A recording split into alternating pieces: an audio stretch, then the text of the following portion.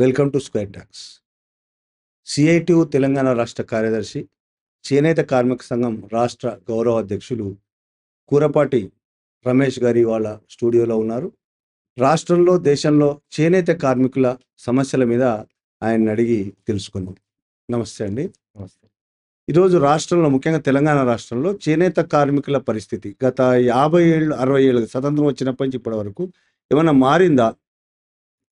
ఆత్మహత్యలు అనగానే ఒకవైపు రైతుల ఆత్మహత్యలు కనబడుతుంటాయి. నెక్స్ట్ వెంటనే చేనేత కార్మికుల ఆత్మహత్యలు అని చాలా పెద్ద ఎత్తున వచ్చేవి ఇంతకుముందు. ఇప్పుడు కొంత తగ్గినట్టు కనబడుతుంది. అసలు ఏంటి, అభివృద్ధి ఏమైనా చెందిందా? అసలు ఏం జరుగుతుంది చేనేత కార్మికుల జీవితాల్లో? అంటే చేనేత అనేది భారతదేశంలో వ్యవసాయం తర్వాత అత్యధిక మందికి తక్కువ పెట్టుబడితో ఎక్కువ మందికి ఉపాధి కల్పించే ఏకైక రంగం ఏదైనా ఉందంటే ఒక చేనేత. అంటే భారతదేశంలో వ్యవసాయం తర్వాత ఎక్కువ మందికి ఉపాధి కల్పించినటువంటి ఒక గొప్ప ఉపాధి రంగం చేనేత. ఈ చేనేత మీద ఆధారపడినటువంటి వాళ్ళ కార్మికులు, అటు రైతులు పండించినటువంటి పత్తి గాని, ఆ పత్తి ద్వారా దారం ఉత్పత్తి చేయడం గాని, ఆ దారం ఉత్పత్తి అయిన తర్వాత వస్త్రాన్ని తయారు చేయడం గాని, దీనివల్ల అటు రైతులకి గాని, దారం ఉత్పత్తి చేసే కార్మికులకు గాని, చేనేతకు గాని, వస్త్రం ఉత్పత్తి చేసేటువంటి కార్మికులు చాలా కోట్లాది మంది భారతదేశంలో ఉపాధి కలిగినటువంటి పరిస్థితి. కానీ ఆహ్, ప్రభుత్వాల యొక్క విధానాలు, చేనేత వ్యతిరేక విధానాలు అవలంబిస్తూ పెద్ద పెద్ద మిల్లు పరిశ్రమలకి హ్మ్, ఆదాయం కల్పించడం కోసం మిల్లు వస్త్రాలకి చాలా పెద్ద ఎత్తున రాయితీలు కల్పిస్తా ఉంది. భారతదేశానికి బ్రిటిష్ వాళ్ళు వచ్చిందే వస్త్ర వ్యాపారంతోటి భారతదేశానికి వచ్చారు. భారతదేశంలో వచ్చినటువంటి బ్రిటిష్ వాళ్ళు ఏవైతుందో భారతదేశంలో ఉన్నటువంటి చేనేత వస్త్రాలకి ఒక గొప్ప ఆదరణ ప్రపంచంలోనే ఉంది. ఈ భారతదేశంలో చేనేత కార్మికులు సృష్టించినటువంటి వస్త్రాల మీద ఒక నైపుణ్యం, 6 గజాల చీరను గూడా అగ్గిపెట్టెలో ఇమర్చగలిగినటువంటి ఒక గొప్ప నైపుణ్యం చేనేత కార్మికులది. అదేవిధంగా చేనేత కార్మికులు వస్త్రాల మీద అనేకమైనటువంటి కళాకృతుల్ని చేనేత మొగ్గాల మీద ఉత్పత్తి చేశారు. కానీ అట్లాంటి చేనేత వస్త్రాల మీద ఆదరణ ప్రపంచంలో ఉంది.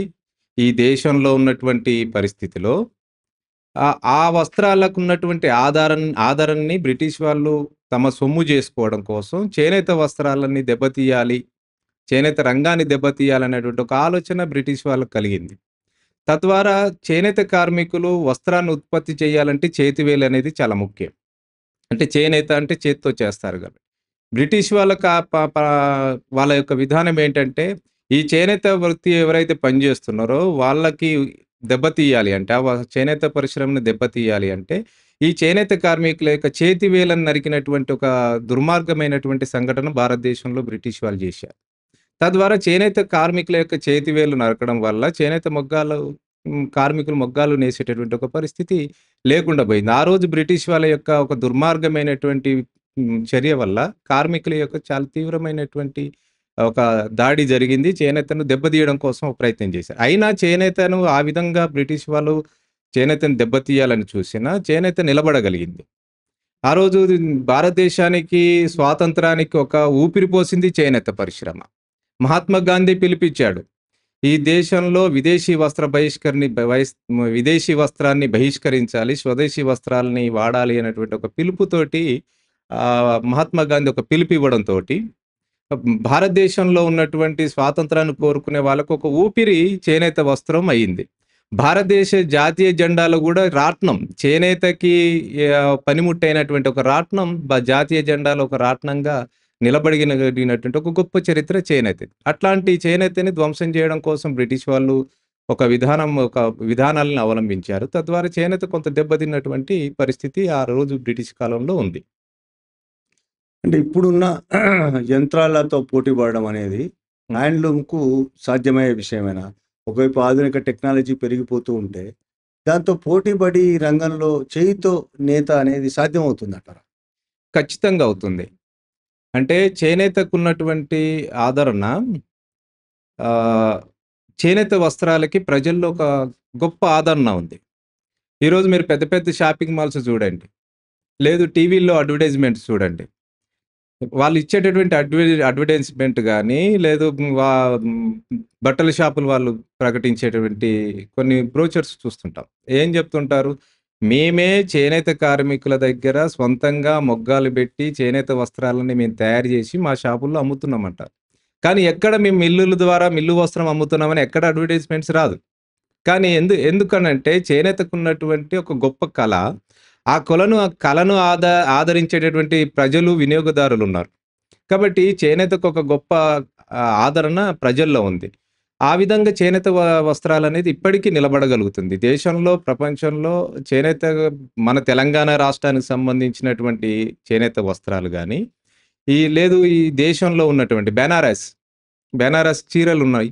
మన పక్కనే ఉన్నటువంటి ఆంధ్రప్రదేశ్‌లో ధర్మవరం శారీస్ ఉన్నాయి. ఆ పక్కన తమిళనాడులో ఉన్నటువంటి కంచి, తెలంగాణ రాష్ట్రంలో సిద్దిపేటకెళ్తే గొల్లభామ చీరలు, లేదు నారాయణపేటకెళ్తే కాటన్ చీరలు, పోచంపల్లికెళ్తే ఇక్కతి చీరలు. ఇట్లా అనేక వస్త్రాలు తెలంగాణ రాష్ట్రంలో, భారతదేశంలో ఉన్నాయి. ఇప్పుడు ఉదాహరణకు వరంగల్‌కెళ్తాం. వరంగల్‌లో దర్రీస్ ఉంటాయి.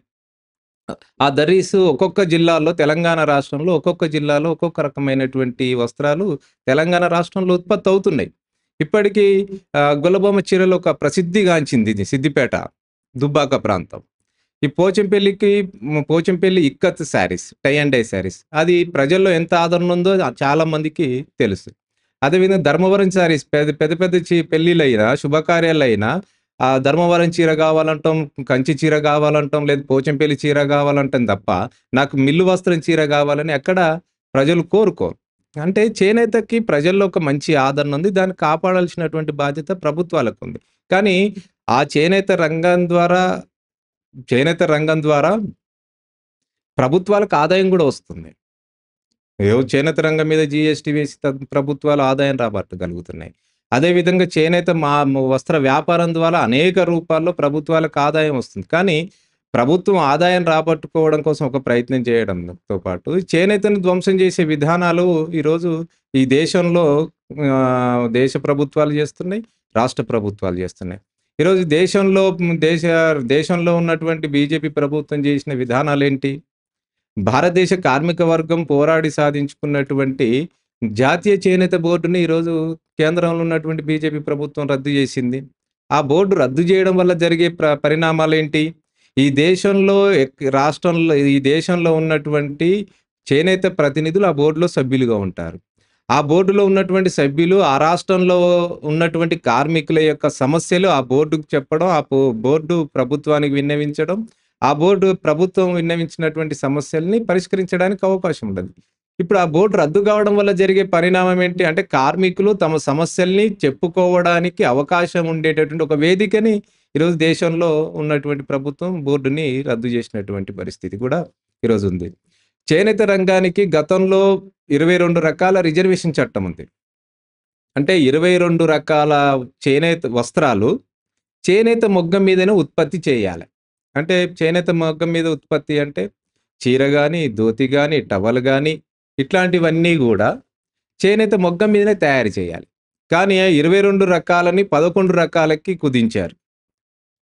1985లో 22 రకాలున్నటువంటి రిజర్వేషన్ చట్టాన్ని 11 రకాలకి కుదించారు. అది ఆ 11 రకాలు గూడా ఈ మిల్లు వస్త్రాలు, చేనేతకు కేటాయించినటువంటి వస్త్రాలు ప్రజల్లో ఆదరణ ఉన్నటువంటి సందర్భంలో, ఆ ఆదరణని కార్పొరేట్ శక్తులు అంటే మిల్లు యాజమాన్యం తనలు సొమ్ము చేసుకోవడం కోసం ఆ రిజర్వేషన్ చట్టాన్ని ఉల్లంఘించి పవర్‌లూమ్ మీద గూడా ఉత్పత్తి అవుతున్నా గూడా ప్రభుత్వం ఆ చట్టాన్ని అమలు చేసేటువంటి ఒక ప్రయత్నం చేయట్లేదు. ఈరోజు పోచంపల్లి ఇక్కత్ శారీస్ ఉన్నాయి. పోచంపల్లి ఇక్కత్ చీరలున్నాయి. ఆ ఇక్కతి చీరలు చేనేత మొగ్గం మీదనే తయారు కావాలి. కానీ ఈరోజు మిల్లు పైన ఉత్పత్తి అయినటువంటి పాలిస్టర్ వైట్ క్లాత్ పైన పోచంపల్లి ఇక్కత్ డిజైన్స్‌ని ప్రింట్ చేసి ఈరోజు చేనేత వస్త్రం పోచంపల్లి చీర అనే పేరుతోటి మార్కెట్‌లో అమ్ముతా ఉన్నారు. తద్వారా జరుగుతుంది ఏంటి ఈరోజు? పోచంపల్లి ఇక్కత్‌కి ఉన్నటువంటి పేటెంట్ హక్కు ఈరోజు మిల్లు యాజమాన్యం ఉల్లంఘించడం వల్ల పోచంపల్లి వస్త్రంకి సంబంధించినటువంటి మార్కెట్ దెబ్బతింటుంది. మార్కెట్ దెబ్బతినడమే కాదు. పోచంపల్లి చీర మీద ప్రజలకు ఉన్నటువంటి ఒక నమ్మకం వాళ్ళకున్నటువంటి ఒక ప్రేమ ఈరోజు దాన్ని దెబ్బతీసేటటువంటి ఒక ప్రయత్నం ఈరోజు మిల్లు యాజమాన్యాలు చేస్తారు. అంత జరుగుతున్న రాష్ట్రంలో ఉన్నటువంటి ప్రభుత్వం గాని, కేంద్రంలో ఉన్నటువంటి ప్రభుత్వం గాని, దానికున్నటువంటి ఎన్ఫోర్స్‌మెంట్ కూడా వాళ్ళ ఎవరైతే ఆ చట్టాన్ని ఉల్లంఘిస్తున్నారో వాళ్ళ మీద చర్యలు తీసుకునేటువంటి ప్రయత్నం రాష్ట్ర ప్రభుత్వం చేయట్లేదు, కేంద్ర ప్రభుత్వం చేయట్లేదు. ఇప్పుడు ఇంతకు ముందు చెప్పినట్టు మీరు దేశంలో మంచి ఆదరణ ఉంది చేనేత ఉత్పత్తి. ప్రజల నుంచి మంచి ఆదరణ ఉందంటే చాలా డిమాండ్ ఉన్నట్లు లెక్క. ఆదరణ ఉంది. అవును. ఇంత డిమాండ్ ఉన్నప్పటికీ చేనేత కార్మికులు ఆత్మహత్యలు చేసుకోవాల్సిన పరిస్థితి ఎందుకొచ్చింది? అదే ఇంతకుముందు చెప్పాను. చేనేతకు సంబంధించినటువంటి ముడి సరుకుల ధరలు చాలా విపరీతంగా పెంచుతున్నారు. చేనేత వస్త్రం తయారు కావాలి అంటే పట్టు గావాలి, నూలు గావాలి, రంగులు గావాలి, రసాయనాలు గావాలి, జరి గావాలి. వీటి మీద అధికమైనటువంటి పన్నులు వేస్తుంది కేంద్ర ప్రభుత్వం, రాష్ట్ర ప్రభుత్వాలు. ఆ పన్నులు వేయడం వల్ల జరుగుతున్న పరిణామాలేంటంటే చేనేత వస్త్రం ధర పెరిగిపోతుంది. చేనేత వస్త్రం ధర పెరిగిపోతుంది. ఇప్పుడు మిల్లు యాజమాన్యాలకు సంబంధించినటువంటి తెలంగాణ రాష్ట్రంలో చిన్న చిన్న పవర్ లూమ్స్ ఉంటాయి. దానికి నేను కోరట్లే. కానీ ఈ దేశంలో అనేక మిల్లు యాజమాన్యాలున్నాయి. వాళ్ళకి కావలసినటువంటి నూలుకు సంబంధించినటువంటి రాయితీలు కల్పిస్తుంది. వాటి మీద పన్నులు కూడా తగ్గిస్తుంది. కానీ చేనేతకు అవసరమైనటువంటి పట్టు, నూలు, రంగులు, రసాయనాల మీద పన్నులు అధిక సంఖ్యలో వేయడం వల్ల ఆ ఉత్పత్తి ముడి సరుకులకు ధరలు పెరగడం, ఆ పెరిగినటువంటి కారణంగా చేనేత వస్త్రం అనేది ధర పెరిగిపోతా ఉంది. తద్వారా ఇది చేనేత వస్త్రం ఒక సంపన్నులకి కావాల్సినటువంటి వస్త్రంగా మారిపోతుంది. ఒకప్పుడు భారతదేశానికి స్వాతంత్రం రాకపూర్వంగానే, స్వాతంత్రం వచ్చిన తర్వాత పేదవాడికి చేనేత వస్త్రం అందుబాటులో ఉండేది. కానీ స్వతంత్ర భారతదేశంలో చేనేత పైన పన్నులు వేయడం వల్ల ఇది ధనవంతులకు వస్త్రంగా మారిపోతున్నటువంటి పరిస్థితి ఉంది. అంటే ఒక రకంగా చూసుకుంటే చేనేత పైన పన్నులు వేయడం వల్ల చేనేత వస్త్రం ధర పెరుగుతుంది. ఆ ధర పెరగడం వల్ల సామాన్యులకు అందుబాటులోకి రాకుండా పోతుంది. ఒక సంపన్నులకే జరుగుతాం. అదేవిధంగా చేనేతకు సంబంధించినటువంటి రక్షణ ఇంతకుముందు చెప్పాను. 11 రకాల రిజర్వేషన్ చట్టాన్ని అమలు చేయకుండా మిల్లు వస్త్రాలు చేనేత వస్త్రం పేరుతోటి మార్కెట్‌లోకి వస్తే చేనేత వస్త్రాలు మార్కెట్ దెబ్బతింటుంది. తద్వారా వాళ్ళకు ఉపాధి లేకుండా పోతుంది. దీనికి కారణం పన్నులు వేయడం, చట్టాలను అమలు చేయకపోవడం వల్ల చేనేత కార్మికులు ఉపాధి కోల్పోతున్నటువంటి ఒక దారుణమైనటువంటి పరిస్థితి ఉంది. ఉన్న పథకాల్ని కూడా కార్మిక వర్గం పోరాడి సాధించుకున్నటువంటి చట్టాలు గాని, కార్మిక వర్గం సాధించుకున్నటువంటి సంక్షేమ పథకాలు ఈరోజు రాష్ట్రంలో ఉన్నటువంటి ప్రభుత్వం, కేంద్రంలో ఉన్నటువంటి ప్రభుత్వం రద్దు చేసింది. కేంద్రంలో ఉన్నటువంటి ప్రభుత్వం రద్దు చేసినటువంటి గతంలో కార్మికులకు ఉంది. House cum work shed, Mahatma Gandhi Bunkar Bima Yojana చేనేత కార్మికులకు ఉంది. ఈ మహాత్మా గాంధీ బునకర్ బీమా యోజన కేంద్ర ప్రభుత్వం రద్దు చేసింది. ICICI Lombard scheme, health insurance scheme, చేనేత కార్మికులు తాము రోజంతా గుంటలో ఉండి పనిచేస్తున్నటువంటి సందర్భంలో వాళ్ళకి కంటి చూపు తగ్గుతుంది. 2 ఆళ్ళు కార్మికులు చేత్తోటి చేస్తున్నటువంటి సందర్భంలో వాళ్ళకి ఎముకలకు సంబంధించినటువంటి అనారోగ్యాలకు గురవుతారు. వెన్నుపూసకు సంబంధించినటువంటి గురవుతారు. నరాల బలహీనత ఉంటుంది. ఇట్లాంటి సందర్భంలో ICICI Lombard health insurance scheme చేనేత కార్మికులకు ఉండేది. కానీ అట్లాంటి హెల్త్ ఇన్సూరెన్స్ స్కీమ్ కూడా కేంద్రంలో ఉన్నటువంటి ప్రభుత్వం రద్దు చేసింది. మహాత్మా గాంధీ బునకర్ బీమా యోజన, అనారోగ్యంతో కార్మికుడు చనిపోతే అతనికి ఆ కుటుంబానికి ఆధారం కోసము బీమా ఒకటి ఉండే. ఆ బీమా పథకాన్ని కేంద్రంలో ఉన్నటువంటి బీజేపీ ప్రభుత్వం రద్దు చేసింది. అంటే సంక్షేమ పథకాలు రద్దయినాయి. చేనేత వస్త్రాల మీద పన్నులు వేసిండ్రు. చేనేత చట్టాలు అమలు కాకపోవడంతో మొత్తం చేనేత పరిశ్రమ అనేది ఒక సంక్షోభంలో కూరుకుపోయింది. కార్మికులకి ఉపాధి కరువవుతున్నటువంటి సందర్భంలో కార్మికులు ఆత్మహత్య చేసుకుంటున్నటువంటి పరిస్థితి తెలంగాణ రాష్ట్రంలో, దేశంలో కూడా ఉంది. అంటే బీజేపీ వచ్చిన తర్వాతనే ఈ పరిస్థితి ఉందా? గతంలో అంతకుముందు కాంగ్రెస్ ప్రభుత్వం, కేంద్రంలో ఉన్న కాంగ్రెస్ ప్రభుత్వం కానీ, ఇక్కడున్న బీఆర్ఎస్, తెలుగుదేశం, కాంగ్రెస్ అనేక ప్రభుత్వాలున్నాయి. ఇవన్నీ కూడా కాంగ్రెస్ చేనేత కోసం రాష్ట్ర బడ్జెట్‌లో గాని, కేంద్ర బడ్జెట్‌లో గాని కేటాయించిన నిధులు ఎలా ఉన్నాయి? ఏంటి? అంతకుముందు చాలా బాగుండి ఇప్పుడు బాలేని పరిస్థితా? లేకపోతే అప్పుడు ఇప్పుడు సేమ్‌గా ఉందా? ఏ విధంగా ఈ ప్రభుత్వాలు ఏం చేస్తున్నాయి చేనేత కార్మికుల కోసం? అంటే ప్రభుత్వాలు పరిపాలించే ప్రభుత్వాలు దేశంలో, రాష్ట్రంలో మారుతున్నాయి కానీ, చేనేత పట్ల ప్రభుత్వాలు అనుసరించే విధానాల్లో ఎటువంటి మార్పు ఉండలేదు. ఉండకపోవడం వల్లే కాంగ్రెస్ ప్రభుత్వం ఉన్నప్పుడు ఈ సంక్షోభం ఉంది. ఆ ప్రభుత్వం గూడా మిల్లు యాజమాన్యానికే వత్తాసు పలికింది. 22 రకాలున్నటువంటి రిజర్వేషన్ చట్టాన్ని 11 రకాలకు కుదించింది గూడా కాంగ్రెస్ ప్రభుత్వమే. ఆ రోజైనా చేనేతకి నష్టం జేసింది. ఆ తర్వాత బీజేపీ ప్రభుత్వం వాజ్పేయి అధికారంలో ఉన్నప్పుడు ఆయన సత్యం కమిటీ సిఫార్సులు తీసుకొచ్చిండు. ఈ దేశంలో చేనేతను తీసేయాలి. చేనేత రంగాన్నే ధ్వంసం చేయాలనేటువంటి ఒక ఆలోచన వాజ్పేయి చేశాడు. సత్యం కమిటీ సిఫార్సులు తీసుకొచ్చిండు. చేనేత ముడి సరుకుల మీద ఎన్నడూ లేనటువంటి పన్నులు వేసిండు. తద్వారా ఆ రోజుల్లో వాజ్పేయి ప్రధానమంత్రిగా ఉన్నప్పుడు పెద్ద ఎత్తున ఆందోళన చేశాం. సత్యం కమిటీ సిఫార్సులను వెనక్కి కొట్టగలిగినాం. ఆ రోజు కాంగ్రెస్ అదే పని చేసింది. ఈరోజు బీజేపీ అదే పని చేసింది. ఈరోజు తెలంగాణ రాష్ట్రం ఏర్పడక ముందు కూడా కాంగ్రెస్ పార్టీ రాష్ట్రంలో అధికారంలో ఉంది. చేనేతలోనే ఆత్మహత్యలు జరిగినాయా? రాజశేఖర రెడ్డి గారు ముఖ్యమంత్రిగా ఉన్నప్పుడు, రోషయ్య గారు ఆర్థిక మంత్రిగా ఉన్నప్పుడు చీరాల ప్రాంతంలో అవ్వారు సుబ్బారావు, వెంకటలక్ష్మమ్మ ఒక లేఖ రాసి చనిపోయారు రోషయ్య గారికి ఆ రోజు. ఏమని రాశారు? మాకు ఉపాధి దెబ్బతినడానికి, మాకు పని లేకపోవడానికి, మేము ఆకలితో అలమటించడానికి, నా పిల్లల్ని చదివించుకోలేకపోవడానికి, మేము అప్పుల పాలు కావడానికి, ఆర్థికంగా వెనకబడడానికి మీ ప్రభుత్వము, రోషయ్య గారు, కాంగ్రెస్ పార్టీనే కారణము అని లేఖ రాసి ఆ ఇద్దరు భార్యాభర్తలు ఆత్మహత్య చేసుకున్నారు. ఆ విధంగా అక్కడ చీరాల్లో గాని, తెలంగాణ రాష్ట్రంలో గాని అనేక ప్రాంతాల్లో ఆ విధమైనటువంటి ఆత్మహత్యలు జరిగినాయి. అత్యధికంగా కాంగ్రెస్ పార్టీ అధికారంలో ఉన్నప్పుడు సిరిసిల్ల ప్రాంతంలో పవర్లూమ్ కార్మికులు, చేనేత నాట్ ఓన్లీ చేనేత, తెలంగాణ రాష్ట్రంలో చేనేత ఉంది, పవర్లూమ్ ఉంది. ఈ తెలంగాణ రాష్ట్రంలో ఉన్నటువంటి పవర్లూమ్ అనేది చాలా చిన్నవి. కానీ ఇంతకంటే అత్యాధునికమైనటువంటి పవర్లూమ్స్ వచ్చినాయి. కానీ సిరిసిల్లలో ఉన్నటువంటి సామాన్యమైనటువంటి సాంచల్లో అక్కడున్నటువంటి కార్మికులు కూడా ఆత్మహత్య చేసుకున్నారు. ఒక్క సిరిసిల్లాలోనే రాజశేఖర రెడ్డి గారు ముఖ్యమంత్రిగా ఉన్నటువంటి ఆ సందర్భంలోనే సుమారు 743 మంది సిరిసిల్లాలో ఒక్క టౌన్‌లోనే ఆత్మహత్య చేసుకున్నటువంటి సంఘటనలున్నాయి. ఎక్కడ చూసినా సిరిసిల్ల ప్రాంతంలో ఏ గోడ పైన చూసినా కార్మికులు ఆత్మహత్య చేసుకోవద్దు, అధైర్యం పడొద్దు అనేటువంటి గోడ రాతలు కూడా సిరిసిల్ల ప్రాంతంలో చూసిండ్రు. అదే పద్ధతిలో తెలంగాణ రాష్ట్రంలో కూడా అనేక పోచంపల్లిలో ఆత్మహత్యలు జరిగినాయి.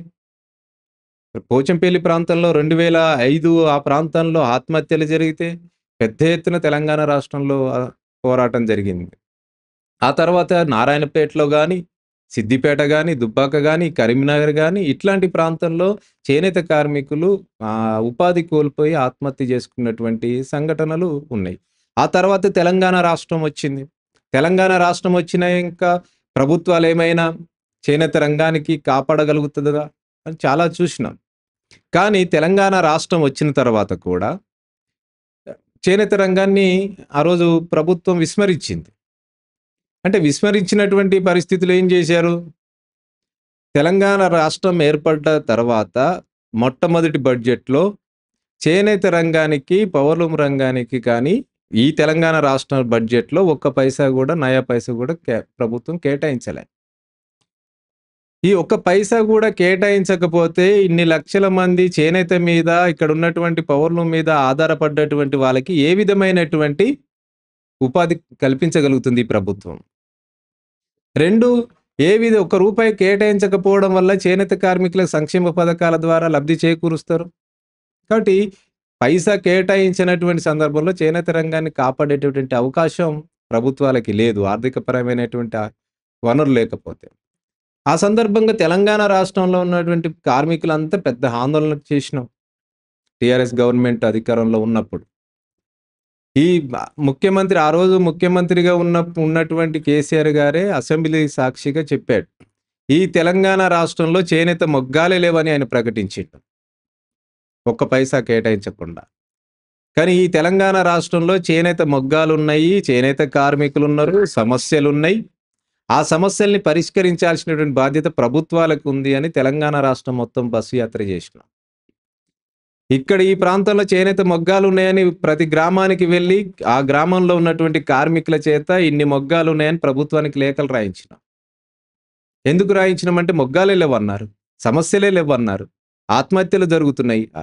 కానీ మొగ్గాలు లేనటువంటి ప్రభుత్వానికి మొగ్గాలున్నాయి, సమస్యలున్నాయి, కార్మికులున్నారని చెప్పడం కోసం తెలంగాణ రాష్ట్రం మొత్తం బస్సు యాత్ర చేసినాం. అదే సందర్భంలో మొగ్గాలు లేవన్నటువంటి ముఖ్యమంత్రికి, ఈ ప్రభుత్వానికి, ఆ రోజున్నటువంటి టీఆర్ఎస్ ప్రభుత్వానికి, ఈ తెలంగాణ రాష్ట్రంలో ఉన్నటువంటి మొగ్గాలన్నిటిని ఇందిరా పార్క్ తీసుకొచ్చి మొగ్గాలున్నాయని భారీ మొగ్గాల ప్రదర్శన 2016లో చేసినాం. ఈ 2016లో చేసినటువంటి సందర్భంలో మొగ్గాలు లేవన్నటువంటి ప్రభుత్వం చేత ఒక్క పైసా కూడా నయా పైసా కేటాయించినటువంటి బడ్జెట్ తోటి ఆ మహత్తరమైనటువంటి పోరాటం, అది ఆషామాషి పోరాటం కాదు. సుమారు సంవత్సర కాలం పాటు చేనేత కార్మికులు పెద్ద ఎత్తున పోరాటం చేసి ఆ రోజు 1283 కోట్ల రూపాయలు బడ్జెట్‌లో కేటాయించుకోగలిగినాం. అది అంటే ఒక పోరాటం ద్వారానే ప్రభుత్వాలు దిగొస్తున్నాయి తప్ప, మేము చేనేత కార్మికులకి, మేము ఈ రాష్ట్రంలో ఉన్నటువంటి కార్మికులకి మేము ఉపాధి కల్పించాలనేటువంటి ఒక ఆలోచన ప్రభుత్వాలకి లేకుండా పోతా ఉంది. అదే సందర్భంలో బతుకమ్మ శారీస్ అవి ఇక్కడ ఒకటి ఆలోచించాల్సింది ప్రజలు గూడా గమనించాలి, ప్రభుత్వాలు గూడా ఆలోచించాలి. చేనేత వేరు, పవర్లూమ్ వేరు. చేనేత రంగానికి, పవర్లూమ్ రంగానికి బడ్జెట్ అనేది సెపరేట్‌గా ఉండాలి. చేనేత రంగానికి, పవర్లూమ్‌కి సెపరేట్ పాలిసీలుండాలి.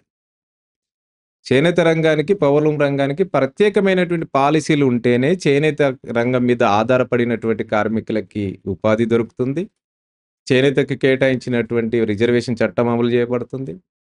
అదేవిధంగా పవర్లూమ్‌కి సంబంధించినటువంటి పాలిసీ ఉంటే అక్కడ పవర్లూమ్‌కి సంబంధించినటువంటి కార్మికుల ఉపాధి గాని, సమస్యలు గాని పరిష్కరించుకోవడానికి అవసరం. కానీ చేనేతను, పవర్లూమ్‌ని కలిపి ప్రభుత్వాలు చూస్తున్నాయి. తద్వారా చేనేతకు న్యాయం జరగతలేదు. ఇక్కడ ఉన్నటువంటి సామాన్యమైనటువంటి సాంచల మీద ఆధారపడినటువంటి పవర్లూమ్ కార్మికులకు కూడా న్యాయం జరగనటువంటి పరిస్థితి కూడా తెలంగాణ రాష్ట్రంలో, దేశంలోనే ఉంది. ఈ దేశంలో కోట్లాది మంది ఉన్నటువంటి చేనేత కార్మికులు, ఈ దేశ బడ్జెట్ 223 కోట్ల రూపాయలు. ఈ దేశ బడ్జెట్ చేనేత రంగానికి. పవర్లూమ్ రంగానికి 4000 కోట్లు కేటాయించింది. ఆ 4000 కోట్లు ఎవరికి, ఎట్లాంటి కంపెనీలకి కేటాయించింది? కెటెక్స్ లాంటివి, రేమండ్స్ లాంటివి, సిఆర్ఎం లాంటివి, ఇట్లాంటి పెద్ద పెద్ద కంపెనీలకి వాళ్ళకి కావలసినటువంటి మిల్లుల్లో పవర్లూమ్స్ పెట్టుకోవడం కోసం, రాయితీలు కల్పించడం కోసం 4000 కోట్ల రూపాయలు కేటాయించి. కానీ చేనేత రంగానికి తక్కువ పెట్టుబడితో ఎక్కువ మందికి ఉపాధి కల్పించే రంగానికి మాత్రం 224 కోట్లు మాత్రం కేటాయించి. ఏ విధంగా ఈ దేశంలో ఉన్నటువంటి కార్మికులు ఉపాధి కల్పించగలుగుతుంది? అది ఉపాధి కల్పించలేదు. సామాన్యమైనటువంటి సాంచల మీద ఆధారపడినటువంటి కార్మికులకు కూడా పవర్లూమ్ టెక్స్టైల్ కేటాయించినటువంటి బడ్జెట్ సిరిసిల్ల లాంటిది కావచ్చు, నల్గొండలో ఉన్నటువంటి కార్మికులకి ఏమి ప్రయోజనం. పెద్ద పెద్ద కార్పొరేట్ సంస్థలకు సంబంధించినటువంటి వాటికే ఈ దేశంలో ఉన్నటువంటి బడ్జెట్ ఉపయోగపడుతుంది. తద్వారా మొత్తం చేనేత రంగం అనేది చాలా సంక్షోభంలో. తెలంగాణ మొత్తంలో ఎన్ని మగ్గాలు ఉంటాయండి? తెలంగాణ రాష్ట్రంలో మొత్తంగా ప్రభుత్వము ప్రతి మొగ్గానికి జియో ట్యాగింగ్ వేయాలని ఒక నిర్ణయం తీసుకుంది. సుమారు 32,000 మొగ్గాలు ఉన్నాయని జియో ట్యాగింగ్ ద్వారా ప్రభుత్వం గుర్తించింది. అంటే ఇంకా గుర్తించని చాలా ఉన్నాయి. ప్రభుత్వము సంపూర్ణంగా ప్రతి ఇంటికి వెళ్ళి ఎన్ని మొగ్గాలు ఉన్నాయి అనేటువంటి ఎంక్వైరీ చేసి జియో ట్యాగింగ్ ఇచ్చినట్లు లేదు. చేనేత రంగంలో ఇంకొక 15,000, అంటే సుమారు ఒక 50,000 మొగ్గాలు ఈ తెలంగాణ రాష్ట్రంలో చేనేత మొగ్గాలు ఉన్నాయి. అంటే చేనేత మొగ్గాలు 50,000 మంది ఉంటే, 50,000 మొగ్గాలు చేనేత మొగ్గాలు ఉంటే దానికి అనుబంధంగా చాలా మంది కార్మికులు ఉంటారు. ఆ అనుబంధంగా ఎవరు ఉన్నారు? రంగులద్దే వాళ్ళు ఉన్నారు, అచ్చులు అతికే వాళ్ళు ఉన్నారు, చిటికీలు పోసే వాళ్ళు ఉన్నారు. ఇట్లాంటి వాళ్ళు కూడా చేనేత దాని మీద ఆధారపడ్డారు. కానీ ప్రభుత్వం గుర్తించింది ఎవరిని? మొగ్గను నేసే కార్మికుడిని మాత్రమే గుర్తించింది. దానికి అనుబంధంగా రంగులద్దే వాళ్ళని, లేదు చిటికీలు పోసే వాళ్ళని, వీళ్ళందరినీ ప్రభుత్వం జియో ట్యాగింగ్ ద్వారా గుర్తించినటువంటి పరిస్థితి లేదు. అందుకే తెలంగాణ రాష్ట్రంలో సంఖ్య చాలా తక్కువగా కనబడుతుంది. మిగతా చేనేతకు అనుబంధంగా ఉన్నటువంటి కార్మికులను కూడా ప్రభుత్వం చేనేత కార్మికులు గుర్తిస్తే బాగుంటుంది. కానీ ఆ గుర్తించకపోవడానికి కారణం ఏంటే చేనేత కార్మికులు తక్కువగా చూపించడం కోసం ఒక ప్రయత్నం జరుగుతుంది. ఇప్పటికైనా ప్రభుత్వం చేనేత మీద ఆధారపడినటువంటి కార్మికులందరికీ కూడా జియో ట్యాగింగ్ ఇవ్వాలి. వాళ్ళకి ఉపాధి కల్పించడం కోసం ఒక ప్రయత్నం చేయాల్సినటువంటి అవసరం ఉంది. చేనేత కార్మికుల ఆత్మహత్యలు అనగానే తెలంగాణనే దేశంలో ఎక్కువ వార్తలు వచ్చేది తెలంగాణ నుంచి. తర్వాత కొంత ఆంధ్రప్రదేశ్ నుంచి కొంత వార్తలు వస్తున్నాయి. దేశంలో మిగతా చోట్ల ఈ చేనేత కార్మికుల ఆత్మహత్యలు ఎక్కడ కనిపిస్తున్నట్టు లేవు. అంటే మిగతా చోట్ల చాలా బాగుందా వాళ్ళ పరిస్థితి? ఇక్కడ మాత్రమే బాలేని దుర్భర పరిస్థితి ఉందా? లేదు. ఇది తెలంగాణ రాష్ట్రం, ఆంధ్రప్రదేశ్‌కే పరిమితం కాలేదు. ఆహ్, దేశ ప్రభుత్వం, కేంద్ర ప్రభుత్వం అనుసరించేటటువంటి విధానాలు అది తెలంగాణకైనా అవే విధానాలు, తమిళనాడుకైనా అదే విధానాలు, లేదు బెనారస్ లాంటి, యూపీ లాంటి రాష్ట్రాలకు గూడా ఒకే విధానాలు. చేనేతకు వ్యతిరేకమైనటువంటి విధానాలు అనుసరించడం వల్ల, అది ఏ గ్రామంలో ఉన్నటువంటి, ఏ ప్రాంతంలో ఉన్నటువంటి కార్మికుడికైనా అదే నష్టం జరుగుద్ది. కాకపోతే మనం ఈ రాష్ట్రాల పరిధిలో మనం ఉన్నాం గాబట్టి, మనకిక్కడ ఆత్మహత్యలు కనబడుతున్నాయి. ఇతర రాష్ట్రాల్లో గూడా ఉన్నాయి. తమిళనాడు రాష్ట్రంలో ఉన్నాయి. కర్ణాటక రాష్ట్రంలో గూడా ఆత్మహత్యలు జరుగుతా ఉన్నాయి. మైసూర్ లాంటి రాష్ట్రాల్లో ఆత్మహత్యలు జరుగుతున్నాయి. బెనారస్ లాంటిది లేదు బెంగాల్ లాంటి రాష్ట్రాల్లో జరుగుతా ఉన్నటువంటి పరిస్థితి. చాలా రాష్ట్రాల్లో చేనేత కార్మికుల యొక్క ఆత్మహత్యలు జరుగుతున్నాయి. ఉపాధి లేక వలసలు పోతున్నారు. తెలంగాణ రాష్ట్రంలోనే అత్యధిక మంది ఉపాధి కోల్పోయి ఇతర రాష్ట్రాలకు వలసలు పోయిండ్రు. కర్ణాటక, గుజరాత్ లాంటి రాష్ట్రాలకు, సూరత్ రాష్ట్రాలకి. లేదు మన తెలంగాణ రాష్ట్రం నుంచి సిరిసిల్ల, కరీంనగర్ ఆ ప్రాంతం నుంచి వాళ్ళు షోలాపూర్, భీమండి, బొంబాయి ఈ ప్రాంతాలకు గూడా వలసపోయినటువంటి పరిస్థితి కూడా ఉంది. ఒక సుమారు ఈ ప్రభుత్వ విధానాల వల్ల చేనేత రంగం మీద గాని, ఈ ప్రాంతంలో ఉన్నటువంటి పవర్లూమ్ కార్మికులు ఉపాధి లేక చేనేత మీద ఆధారపడిన వస్త్ర పరిశ్రమ మీద ఆధారపడ్డటువంటి వాళ్ళు సుమారు 7,00,000 మంది ఈ తెలంగాణ రాష్ట్రం నుంచి ఇతర రాష్ట్రాలకు వలసలు పోయినటువంటి పరిస్థితి గూడా ఈ రాష్ట్రంలో ఉన్నది. ఉపాధి లేక. ప్రభుత్వాలు మాత్రం మేము ఉపాధి కల్పిస్తామని చెప్తా ఉన్నారు. టెక్స్‌టైల్ పార్కులు ముందుకు తీసుకొస్తున్నారు. ఈ దేశంలోనే మొట్టమొదటిది పోచంపల్లిలో చేనేత పార్కు ఈ దేశంలో మొట్టమొదటిసారిగా వచ్చింది. కానీ ఆ చేనేత పార్కుని నిలబెట్టి దాని మీద ఆధారపడ్డటువంటి కార్మికులకి ఉపాధి కల్పించేటటువంటి ఆలోచన చేయలేదు. తద్వారా ఏమైంది ఈరోజు దేశంలోనే ఒక మోడల్‌గా తీసుకొచ్చినటువంటి చేనేత పార్కు ఈరోజు మూతబడ్డటువంటి పరిస్థితి. దాన్ని తెరిపించే పరిస్థితి ప్రభుత్వాలు చేయలేదు. కొన్ని కోట్ల రూపాయలు సుమారు 60 ఎకరాల్లో చేనేత పార్కులు నిర్మించిర్రు. చాలా అద్భుతమైనటువంటి భవనాలు అందులో నిర్మించిండ్రు. కార్మికులకు ఉపాధి కల్పిస్తామని చెప్పిండ్రు. కానీ అట్లా అద్భుతమైనటువంటి భవనాలు నిర్మించినటువంటి ఈరోజు అది మూతబడి తాళాలు వేసి ఈరోజు చెట్లు మొలిచినటువంటి పరిస్థితి కూడా ఉంది. అదేవిధంగా టెక్స్‌టైల్ పార్కుల ద్వారా మేము కార్మికులకి ఉపాధి కల్పిస్తామని చెప్పిండ్రు. సిరిసిల్లలో టెక్స్‌టైల్ పార్క్ ఉంది. వరంగల్‌లో మెగా కాకతీయ టెక్స్‌టైల్ పార్క్. ఆ మెగా కాకతీయ టెక్స్‌టైల్ పార్కులో మేము ప్రత్యక్షంగా, పరోక్షంగా 5,00,000 మందికి మేము ఉపాధి కల్పిస్తామని ప్రభుత్వాలు పదే చెప్తున్నాయి. సిరిసిల్లలో textile park, mega Kakatiya textile park, Gundla Pochampally apparel park, అదేవిధంగా పోచంపల్లి కొత్తగూడెం దగ్గర గుడి మల్కాపూర్ టెక్స్‌టైల్ పార్క్ ఇట్లాంటి టెక్స్‌టైల్ పార్కుల ద్వారా కార్మికులకు ఉపాధి కల్పిస్తామని చెప్పారు. ఈరోజు సిరిసిల్లలో ఉన్నటువంటి టెక్స్‌టైల్ పార్కులో సుమారు 2097లో ఈ టెక్స్‌టైల్ పార్కు ప్రారంభమైంది. ఆ టెక్స్‌టైల్ పార్కులో అక్కడ ఉన్నటువంటి కార్మికులకు ఉపాధి కల్పిస్తామని చెప్పారు. కానీ ఈ రోజు వరకి ఆ టెక్స్‌టైల్ పార్క్ ద్వారా సుమారు ఒక 1000-1500 మందికి మాత్రమే ఉపాధి దొరుకుతోంది.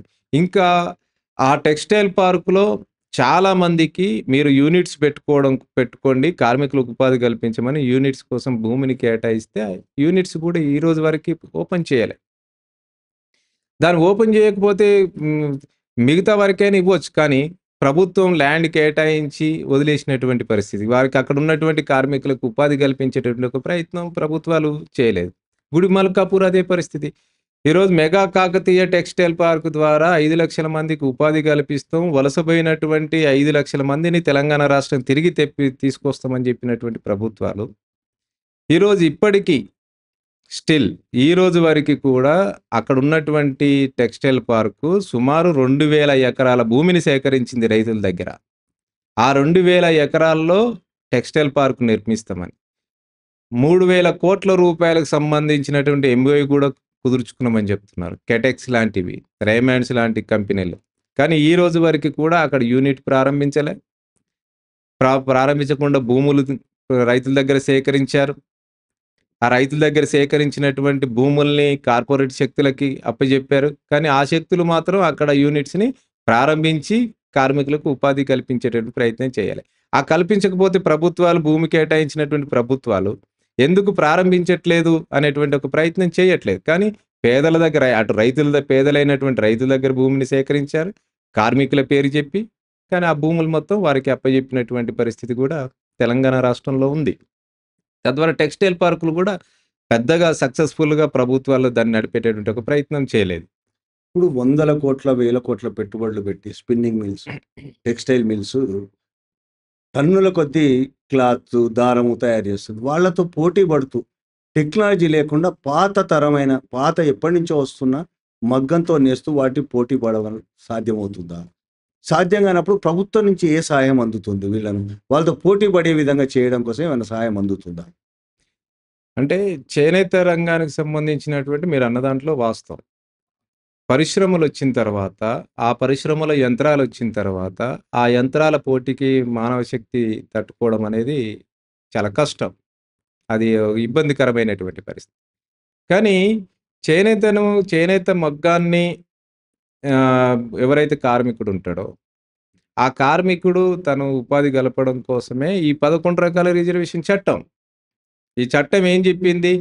11 రకాల వస్త్రాలని చేనేత మొగ్గ మీదనే ఉత్పత్తి చేయాలి. నువ్వు మిల్లు మీద ఉత్పత్తి చేయడానికి అవకాశం లేదు ఆ చట్ట ప్రకారం.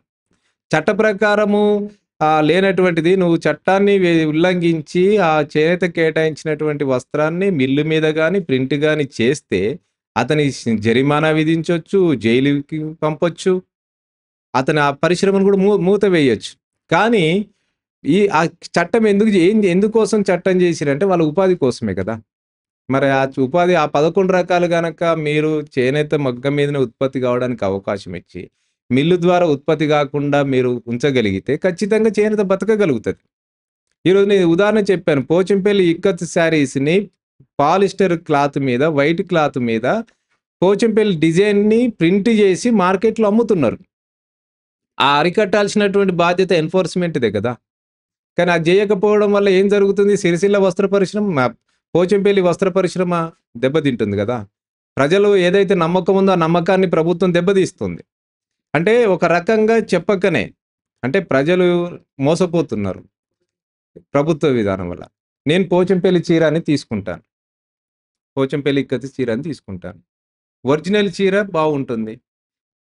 ఒరిజినల్ చీర కంటే ప్రింటెడ్ చీర కొన్నప్పుడు చాలా బాగుంటుంది. కానీ ఇంటికెళ్ళి కట్టుకున్న తర్వాత 2 రోజులు, 3 రోజుల తర్వాత ఒకసారి, 2 సార్లు వాడిన తర్వాత అది ఆటోమేటిక్‌గా అది పోచంపల్లి చీర కాదని తేలిపోతుంది. అంటే పోచంపల్లి చీర కాదు. పోచంపల్లి చీర ఇట్లుంటుందా? ఇంత నాసిరకంగా ఉంటుందా? అని ప్రజలు అనుకుంటారు. అప్పుడు ఏమవుతుంది? పోచంపల్లి చీర కొనడానికి ఆసక్తి చూపరు ప్రజలు. తద్వారా చేనేత మీద ఉన్నటువంటి ఒక నమ్మకం దెబ్బతింటుంది. అప్పుడు ఆటోమేటిక్‌గా చేనేత రంగం అనేది పోచంపల్లి ఇక్కత్ శారీస్ అనేది దెబ్బతినడానికి ఒక అవకాశం ప్రభుత్వం కల్పించింది. అందుకే అట్లాంటి ప్రింటెడ్ శారీస్ ఏమున్నాయో ప్రభుత్వాలు దాన్ని అరికట్టగలిగితే పోచంపల్లి లాంటి ఇక్కత్ శారీస్‌ని నిలబెట్టడానికి అవకాశాలుంటాయి. కానీ చట్టాలు అమలు కాకపోవడం వల్లనే ఈరోజు మిల్లు యాజమాన్యాలు లాభాలు లాభాలతోటి ముందుకు నడుస్తా ఉన్నటువంటి పరిస్థితి ఉంది. ప్రభుత్వం ఎందుకు పట్టించుకోవట్లేదు? కావాలని అరికట్టడం లేదా? ఖచ్చితంగా. ప్రభుత్వాలు కావాలనే ఈ చేనేత కార్మికుడు ద్వారా ప్రభుత్వాలకి ఏదైనా లాభం జరుగుతుందంటే ప్రత్యేకించి లాభం ఏమీ లేదు. కానీ ఎవరు పెద్ద పెద్ద మిల్లు యాజమాన్యాలకి రాయితీలు కల్పిస్తే, వాళ్ళకి భూములు కేటాయిస్తే, వాళ్ళకి మౌలిక వసతులు కల్పిస్తే, వాళ్ళకి లబ్ధి చేకూర్చే ప్రభుత్వాలకి, పాలక పక్షాలకు కావాల్సినటువంటి ఏ అవకాశాలున్నాయో వాళ్ళు లాభం చేకూర్చుకునేటటువంటి అవకాశం ఉంటది. చేనేత కార్మికుడు గుంటల్లో ఉండేటటువంటి చేనేత కార్మికుడికి న్యాయం చేస్తే వాళ్ళకొచ్చే లాభం ఏం లేదు. కానీ పెద్ద పెద్ద మిల్లులకి వాళ్ళకి ఆర్థిక వాళ్ళకి మౌలిక వసతులు, భూములు, బ్యాంకు రుణాలు ఇవన్నీ కల్పించగలిగితే వాళ్ళకి రాజకీయంగా కొంత ఆర్థికపరమైనటువంటి లాభాలు వచ్చేటటువంటి అవకాశం ఉంటది కాబట్టి అట్లాంటి ఆలోచనతోటి ప్రభుత్వాలు పోతున్నాయి. ఇప్పుడున్నటువంటి ప్రభుత్వాలు కార్పొరేట్ శక్తులే తప్ప కార్మికులది గాదు, సామాన్యమైనటువంటి ప్రజల ఆలోచనతోటి ప్రభుత్వాలు పనిచేయట్లేదు. చేనేత కార్మికుల జీవనం ఇంకొంత మెరుగుపడాలన్నా ఏం చేయాలని ప్రభుత్వాలు ఏం చేయాలని కార్మికులు కోరుతున్నారు? లేదా మీ యూనియన్ కోరుతుంది? రాష్ట్ర ప్రభుత్వం కావచ్చు, జాతీయ ప్రభుత్వం కావచ్చు. ఏం చేయాలని ప్రభుత్వం మీరు కోరుతున్నారు? ఈ కేంద్ర ప్రభుత్వ విధానాల్లో, రాష్ట్ర ప్రభుత్వ విధానాల్లో సంపూర్ణమైనటువంటి విధానాల్లో మార్పు రావాలి. ఆలోచనలో మార్పు రావాలి. చేనేత రంగాన్ని, పవర్లూమ్ రంగాన్ని విడదీసి బడ్జెట్ కేటాయించాలి. ప్రత్యేకమైనటువంటి ఒక పాలసీని ఒక్క నిమిషం ఎలాగో చెప్తారు. పవర్లూమ్ రంగం గురించి మాట్లాడుతున్నారు. పవర్లూమ్ రంగం అంటే రేమండ్స్ పవర్లూమ్ రంగమే, సిరిసిల్లలో ఉన్న అతి చిన్నవాడు పెట్టుకున్నది పవర్లూమ్ రంగమే. రెండింటిని సేమ్ చూస్తుందా ప్రభుత్వం? రెండింటిని ఒకే విధంగా చూస్తుందా? లేదు. సిరిసిల్లలో ఉన్నదేమో చాలా పురాతనమైనటువంటి లూమ్స్. సుమారు 60-70 సంవత్సరాల క్రితం వాళ్ళు మహారాష్ట్ర, షోలాపూరు, భీమండి ఈ ప్రాంతాలకు వెళ్ళి సిరిసిల్ల ఒకప్పుడు చేనేతే. సిరిసిల్ల ప్రాంతం ఒకప్పుడు చేనేతే. కానీ చేనేత దెబ్బతిన్నటువంటి సందర్భంలో మహారాష్ట్ర, షోలాపూర్ ప్రాంతాలకి వలసలు పోయిండ్రు. ఆ వలసలు పోయినటువంటి కార్మికులు అక్కడ ఆ మహారాష్ట్రలో వస్త్ర పరిశ్రమ అత్యాధునికమైనది. సిరిసిల్లల కంటే అత్యాధునికం. అక్కడ ఉన్నటువంటి పవర్లూమ్స్‌ని మొత్తం వాళ్ళు క్రాప్స్ కింద తీసేసిండ్రు. అవి తీసుకొచ్చి ఇక్కడ పవర్లూమ్స్‌ని పెట్టుకున్నారు. బాంబేలో ఉన్నటువంటి వాళ్ళంతా సిరిసిల్లలో ఉన్నటువంటి పవర్లూమ్స్ కంటే అత్యాధునికమైనటువంటి లూమ్స్ తీసుకొచ్చిండ్రు. రిలయన్స్ వాళ్ళు తీసుకొచ్చి పెట్టారు. ఈ సిరిసిల్లలో ఉన్నటువంటి పవర్లూమ్స్ అనేది చాలా చాలా తక్కువ. ఉదాహరణకి ఒక చేనేతని దెబ్బతీసింది మామూలు సాంచెలు పవర్లూమ్స్. కానీ సిరిసిల్లలో ఉన్నటువంటి పవర్లూమ్స్‌ని కూడా అత్యాధునికమైనటువంటి లూమ్స్. ఇప్పుడు చేనేత మొగ్గానికి ఒక వస్త్రం తయారు కావాలంటే అటు ఇటు ఒక నాడే ఉంటుంది. దారం వెళ్ళే నాడే ఉంటుంది. అదేవిధంగా మామూలు సాంచెల సిరిసిల్లలో ఉన్నట్టు పవర్లూమ్స్ కూడా నాడే ఉంటుంది. కానీ ఇప్పుడు వచ్చినటువంటి టెక్నాలజీ గాలి ఏదైతే మనకు కనిపించదో గాలి కంటే వేగంగా వెళ్ళే మిషన్ వచ్చేసి చేనేత మొగ్గ మీద ఒక చీర తయారు కావాలి అంటే 3 రోజులు 4 రోజులు కావాలి. సిరిసిల్లలో ఉన్నటువంటి ఒక పవర్లూమ్ మీద ఒక చీర కావాలంటే ఒక 5 గంటలో 6 గంటలో ఒక రోజుకి ఒక 3 చీరలు తయారు కాగలుగుతాయి. అదే ఇప్పుడు కొత్తగా వచ్చినటువంటి పెద్ద టెక్నాలజీ కలిగినటువంటి లూమ్స్‌లో తయారు కావాలంటే అరగంటలో ఒక చీర తయారైపోతది. అంటే రోజుకి ఎన్ని చీరలు తయారవుతాయి? ఎంత వస్త్రం ఉత్పత్తి అవుతుంది?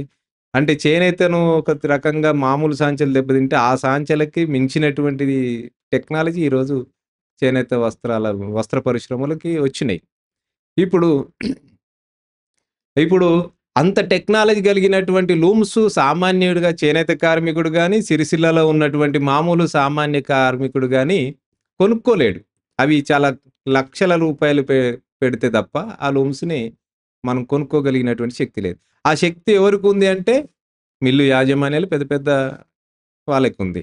తద్వారా ఏమవుతుందంటే ఒక చేనేత వస్త్ర ఉత్పత్తి చేతిలో ఉన్నటువంటి వాళ్ళు ఈరోజు ఆ ఉత్పత్తి అనేది కార్మికుడి చేతిలో లేకుండా మిల్లు యాజమాన్యాల చేతిలోకి పోతుంది. ఆ మిల్లు యాజమాన్యాల చేతిలోకి పోవడం వల్ల ఏమవుతుందంటే కార్మికుడు తక్కువ వేతనాలు ఇస్తాడు. మౌలిక వసతులు ఉండవు. తద్వారా కార్మికుడు మరింత దిగజారిపోయేటటువంటి ఒక ప్రమాదం రాష్ట్రంలో ఉంది. ఈరోజు టెక్స్టైల్ పార్కులు చేనేత రంగాన్ని కాపాడుతాయని అనుకుంటే సిరిసిల్లలో ఉన్నదాన్ని అభివృద్ధి చేయొచ్చు. మెగా కాకతీయ టెక్స్టైల్ పార్క్‌ని అభివృద్ధి చేయొచ్చు. గుండ్లపోచంపల్లిలో ఉన్నటువంటి అప్రైల్ పార్క్‌ని అభివృద్ధి చేయొచ్చు. కానీ అవన్నీ ఏమీ చేయకుండా ఇటు చేనేత రంగాన్ని దెబ్బతీస్తున్నారు. మామూలుగా ఉన్నటువంటి సిరిసిల్ల లాంటి పవర్లూమ్స్ మీద ఆధారపడినటువంటి రంగాలను కూడా దెబ్బతీస్తున్నటువంటి పరిస్థితి కూడా ఉంది. ఇంతకుముందు నేను అడిగిన మధ్యలో ఆపాను. అసలు ఏం కావాలని కోరుకుంటున్నారు రాష్ట్ర, కేంద్ర ప్రభుత్వాల నుంచి? ముందు ప్రభుత్వాలకు సంబంధించినటువంటి విధానాల్లో మార్పు రావాలి. ఆలోచనలో మార్పు రావాలి. చేనేత ర చేనేత మీద ఆధారపడినటువంటి కార్మికులకి ప్రభుత్వం ఉపాధి కల్పించేటటువంటి ఆలోచన ప్రభుత్వాలకుండాలి. 2 ఆ కార్మికులకి సంక్షేమ పథకాల ద్వారా వాళ్ళని అభివృద్ధి చేసేటటువంటి పని ఉండాలి. అదేవిధంగా ఆ కార్మికుల్ని ఉపాధి, సంక్షేమం, అభివృద్ధి ఈ ప్రాతిపదికన ప్రభుత్వాలు చేనేత రంగానికి, అటు పవర్లూమ్ రంగానికి ఒక పాలిసీని రూపొందించడం అనేది చాలా ముఖ్యం. మేము ఈ విధానం వల్ల కార్మికులకు ఉపాధి కల్పిస్తాం. వీళ్ళకి ఈ పథకాల ద్వారా సంక్షేమ పథక ఫలాలు అందిస్తాం. వీళ్ళని ఈ పద్ధతిలో మేము అభివృద్ధి చేస్తాం అనేటువంటి ఒక విధానం ఉండాలి. నేను ఉదాహరణకు చెప్తాను. తెలంగాణ రాష్ట్రం గాని, అంతకుముందున్న ప్రభుత్వాలు గాని, ఈ ప్రభుత్వాలు గాని ప్రభుత్వానికి ఆదాయం రాబట్టడం కోసం చాలా పాలిసీలు వస్తున్నాయి. ఇండస్ట్రియల్ పాలిసీలు వచ్చినాయి. లేదు ఇతర ఎడ్యుకేషన్ పాలిసీ వచ్చింది. లేదు ఇంకా అనేక రకాలు వచ్చినాయి. ఒక ముఖ్యమైనటువంటి పాలిసీ ప్రభుత్వాలు చేస్తూనే ఉంటాయి. సంవత్సరానికి 2 సంవత్సరాలకు ఆదాయం పెంచుకోవడం కోసం. ఈ తెలంగాణ రాష్ట్రంలో గతంలో లిక్కర్ ఆదాయం 20,000 కోట్లుంది. దాన్ని 50,000 కోట్లు, 30,000 కోట్లకు పెంచుకోవాలనేటి ఒక ఆలోచన చేస్తుంది. పాలిసీ రూపొందించి. ఆ పాలిసీ ఏం చెప్తుంది? ఈ రాష్ట్రంలో ఎంత జనాభా ఉంది? ఈ జనాభాకు కావాల్సినటువంటి లిక్కర్ ఎంత? మద్యం అందుబాటులోకి తేవాలి. ఆ పాలిసీని రూపొందిస్తున్నారు. ఈ గ్రామంలో ఎంతమంది ప్రజలున్నారు? ఇంతమంది ప్రజలకి ఎన్ని వైన్ షాపులకి పర్మిషన్ ఇవ్వాలి? ఒక వైన్ షాప్‌కి మరో వైన్ షాప్‌కి ఎంత దూరం ఉండాలి? అనేటువంటి ఒక పాలిసీని రూపొందిస్తుంది. అంటే ప్రజలకి ఆరోగ్యాన్ని దెబ్బతీసేటటువంటి ఒక లిక్కర్‌కి ఆదాయాన్ని రాబట్టుకోవడమే పరమావధిగా ఉన్నటువంటి ప్రభుత్వాలు ఈ తెలంగాణ రాష్ట్రంలో ఎంతమంది ప్రజలున్నారు? ఎన్ని గ్రామాలున్నాయి? ఎన్ని మున్సిపాలిటీలున్నాయి? ఎన్ని మండలాలున్నాయి? ఎంతమంది ఉన్నారు? వాళ్ళకి ఎన్ని వైన్ షాపులు కావాలి? ఎన్ని వైన్ షాపులకి తాగుబోతులున్నారు? ఇట్లా లెక్కలేసుకొని ఆదాయం రాబట్టుకుంటుంది. మరి ప్రజల ఆరోగ్యాలను దెబ్బతీసేటటువంటి ఒక లిక్కర్‌కి పాలిసీని రూపొందిస్తారే? ప్రజల ప్రాణాలను కాపాడుతుంది చేనేత వస్త్రం. ప్రజలకి అందుబాటులోకి తీసుకొస్తుంది వస్త్రం. వాళ్ళకి అవసరాలు తీర్చేటటువంటిది. కానీ వాళ్ళకు ఉపాధి కల్పించేటటువంటి రంగము, ప్రజలకి వస్త్రాన్ని అందించే రంగము, పర్యావరణానికి మంచి అయినటువంటి చేనేత వస్త్రానికి ఒక పాలిసీని రూపొందించట్లేదు. అందుకే మా బాధ అదే. అంటే పాలిసీ అనేది లిక్కర్ పాలిసీ ఎట్లా చేశారో ఆదాయం ఎంతైతే రాబట్టుకోగలుగుతున్నారో, ఇక్కడున్న చేనేత కార్మికులకు గానీ, ఈ తెలంగాణ రాష్ట్రంలో ఉన్నటువంటి పవర్లూమ్ కార్మికులకి మేము ఈ విధంగా ఉపాధి కల్పిస్తాం. మేము ఈ విధంగా వాళ్ళకి మెరుగైనటువంటి ఆదాయం రాబట్టడం కోసం మేము పాలిసీని రూపొందించేటటువంటి ఒక ప్రయత్నం ప్రభుత్వాలు చేయాలి. పాలిసీలు రూపొందించడమే కాదు, బడ్జెట్‌లో కేటాయింపులుండాలి.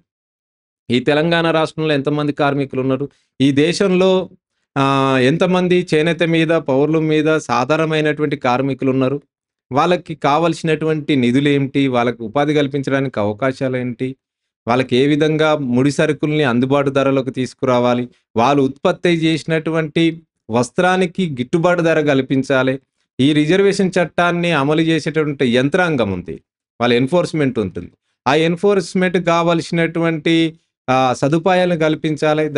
ఆ ఎన్ఫోర్స్‌మెంట్‌కి సంబంధించినటువంటి ఉద్యోగులను నియమించాలి. ఉద్యోగులు ఎన్ఫోర్స్‌మెంట్ పేరుకే ఉంటే దాన్ని ఎన్ఫోర్స్‌మెంట్ వెళ్ళి విజిట్ చేసి ఎక్కడైతే రిజర్వేషన్ చట్టాన్ని ఉల్లంఘిస్తున్నారో వాళ్ళ మీద చర్యలు తీసుకోవాలంటే సరైనటువంటి యంత్రాంగం ఉండాలి.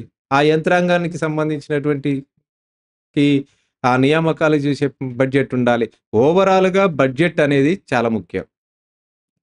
కుండలో అన్నం ఉంటే ఆకలి తీర్చడానికి అవకాశం ఉంటది. కానీ కుండలోని అన్నం లేకపోతే ఆకలి తీర్చడానికి అవకాశం ఉండదు. అందుకే ముందు బడ్జెట్ కేటాయించాలి. చేనేత రంగానికి, పవర్లూమ్ రంగానికి సెపరేటు పాలిసీలు రూపొందించాలి. సెపరేటు బడ్జెట్‌ని రూపొందించాలి. ఈ పద్ధతిలో ప్రభుత్వాలు ఆలోచన చేసినప్పుడే చేనేత రంగానికి సంబంధించినటువంటి కార్మికుల్లో ఉపాధి దొరుకుతుంది. వాళ్ళ ఆకలి చావులు, ఆత్మహత్యలు, వలసలు లేనటువంటి తెలంగాణ రాష్ట్రం దేశంలో ఆత్మహత్యలు లేనటువంటి విధంగా ఈ రాష్ట్రాన్ని అభివృద్ధి చేసుకోవచ్చు. అంటే మిల్లు యాజమాన్యాలకు ఇచ్చినటువంటి ప్రాధాన్యత, మిల్లు రంగాలకు కల్పించినటువంటి మౌలిక వసతులు, మిల్లు రంగాలకు సంబంధించినటువంటి బడ్జెట్ కేటాయింపులు చేనేత రంగానికి కూడా కేటాయించగలిగితే కార్మికులు అభివృద్ధి చెందడానికి అవకాశం ఉంటది. ఈరోజు తెలంగాణ రాష్ట్రంలో ఉమ్మడి ఆంధ్రప్రదేశ్‌లో గాని, దేశంలో గాని చేనేత వస్త్రము ఈ దేశానికి ఎంతో కీర్తిని ఆర్జించి పెట్టింది. చేనేత రంగం వల్ల ఈ భారతదేశానికి ఒక గుర్తింపొచ్చింది. అది పోచంపల్లి చీర గావచ్చు, లేదా గొల్లభామ చీర గావచ్చు, బెనారస్ గావచ్చు. అమెరికా లాంటి వైట్ హౌస్‌లోనే అనేక వస్త్రాలు, చేనేత వస్త్రాలున్నాయి. ఇప్పటికీ కేంద్రంలో ఉన్నటువంటి ప్రభుత్వాలు గాని, రాష్ట్రంలో ఉన్నటువంటి ప్రభుత్వాలు గాని, వాళ్ళ కార్యక్రమాల్లో చేనేత వస్త్రాలనే ఈరోజు శాల్వాల కింద కప్పుతున్నారు. దానికున్నటువంటి ఒక గొప్పతనం. వీళ్ళు మిల్లు వస్త్రాన్ని ఎందుకు కప్పట్లేదు? అంటే చేనేతకున్నటువంటి ఒక ఇమేజు, ఒక బ్రాండు, దాన్ని ప్రజల్లో ఉన్నటువంటి ఒక ఆదరణ, దాన్ని కాపాడాల్సినటువంటి అవసరం ప్రభుత్వాల మీద ఉన్నది. ప్రభుత్వాలు ఆదాయం రాబట్టుకోవడమే కాదు, కొన్ని సంక్షేమ పథకాలు గూడా కేటాయించాలి. ఈరోజు తెలంగాణ రాష్ట్రంలో కార్మికులకు సంబంధించినటువంటి బడ్జెట్ కేటాయింపులు లేవు.